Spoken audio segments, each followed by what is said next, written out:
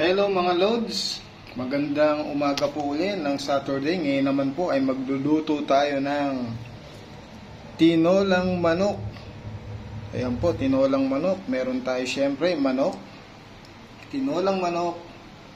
Meron tayong bawang, meron tayong sibuyas, meron tayong luya, ang ating patis na puro, malunggay, at ang ating fresh papaya na galing sa ating tanim, at ang ating sili.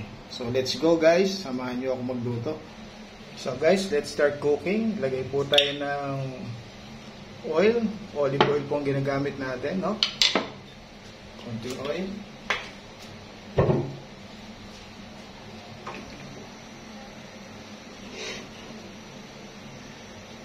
Lagay natin ang ating, inuuna natin mga lods, ang luya.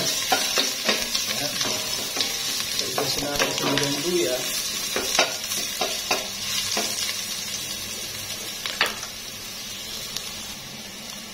So pag nag-isa na natin ang luya mga lods, lagyan na natin sunod ang ating bawang.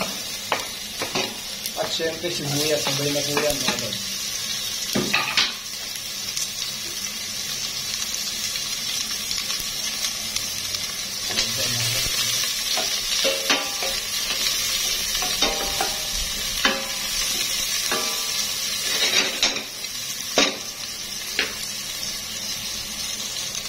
So after mag-isa mga lods, lagyan na natin ang ating chicken.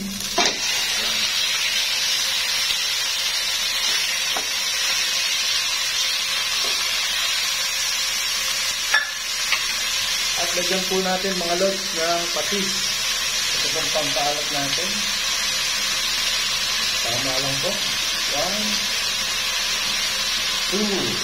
Okay. Di baling matabang mga lods, huwag lang maalat.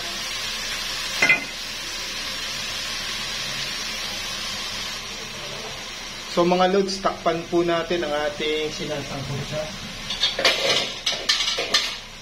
Yan po. Mas maganda po yung takip natin mga lods. Wala pong nasisingawan. No? Wala pong butas ng takip para yung steam niya napupunta sa loob. Kaya lang itong takip natin may butas. Kaya lalagyan po natin siya ng takip. Improvise tayo ng takip. Yan po. Yan. No, para hindi po sumingaw yung steam niya. Mas malumasa yung manok sa loob habang niluluto natin. At madali po siyang lumambot. No? Okay. So ayan po, hinaan na natin ang apoy muna. Mahinang apoy. Hayaan natin masangkot siya ng ilang minuto, mga 5 minutes po. So mga lods, after 5 minutes po, makikita nyo, namuti na yung ating chicken. No? Medyo nasangkot siya na siya. So, ang gagawin naman natin ngayon mga lods, isasabay natin ulit sa pagsangkot siya ang ating papaya. Dahil ang papaya po mga lods matigas, sabay po natin sasangkot siya dito sa ating manok. So, tuloy lang po natin. Slow heat lang po. Mahinang apoy lang. Mas okay po ang pagluluto. Mas masarap. So, mga lods, after masangkot siya po ulit ng 5 minutes, saka lagyan natin ng tubig. Yan. Magpapasabaw na po tayo ngayon. Ang ating tinolang manok. Yan. So, hayaan lang natin siyang kumulo mga lods.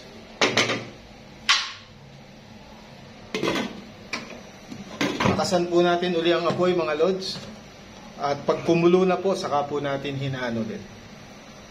Then, after 5 minutes po ulit, mga lods, ang pagpapakulo natin, ilagay naman natin ang ating isang bowl na malunggay. Inilalagay ko na po talaga, mga lods, habang nagpapakulo tayo ng kanyang sabaw. Gumagawa tayo ng broth ng tinola para po kumatas itong ating malunggay. No? So, takpan po natin ulit. Lods, yan. Yan lang po natin siyang mag-boil, maluto ang malunggay. So mga lods, tignan nyo po, napakabango ng ating tinola at iba na po yung kulay.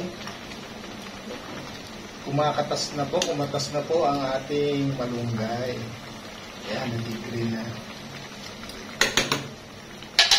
Kaya po natin siyang ilalagay ng na po ang kulay ng ating tinola at napakabango po.